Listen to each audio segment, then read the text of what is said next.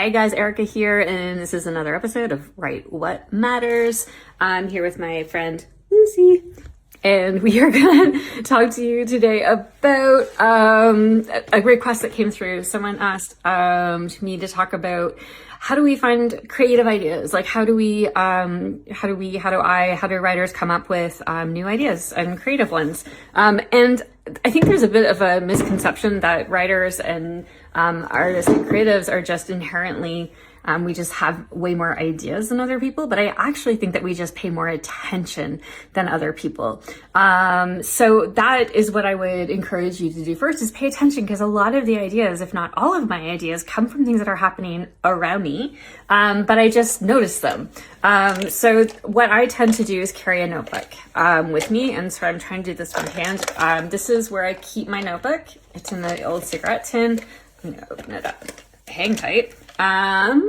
Here we go. So I keep it in a notebook like this. Sorry, I can't get the angle right. There we go.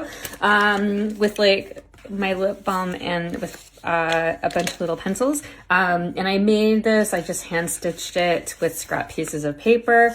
And I bring this with me everywhere I go. And every time I think of something or notice something or hear something that I think would make a really neat idea, I just scribble it in the book. I also will sometimes doodle little ideas, little things. Sometimes I add colors, sometimes I don't. But this is such a great way of me collecting all my ideas. And I am a very tactile person, so to do it in person or by hand makes a lot of sense. You might prefer to use the Notes app on your phone, maybe a voice memo app, your voice memo app, that would work as well. But yeah, pay attention to what's going on around you.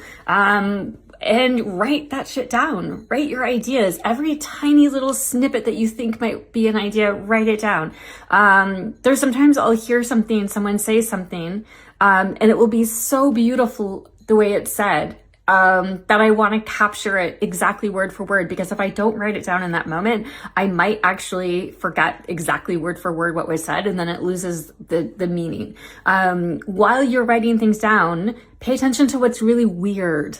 The weird stuff is so important. And so look for the weird, and jot it down. It doesn't have to be a sentence. It doesn't have to be a complete sentence. It can just be like a teeny tiny 2 words, but write everything down, and then you can use that when you want to write something bigger. Anyways, happy writing.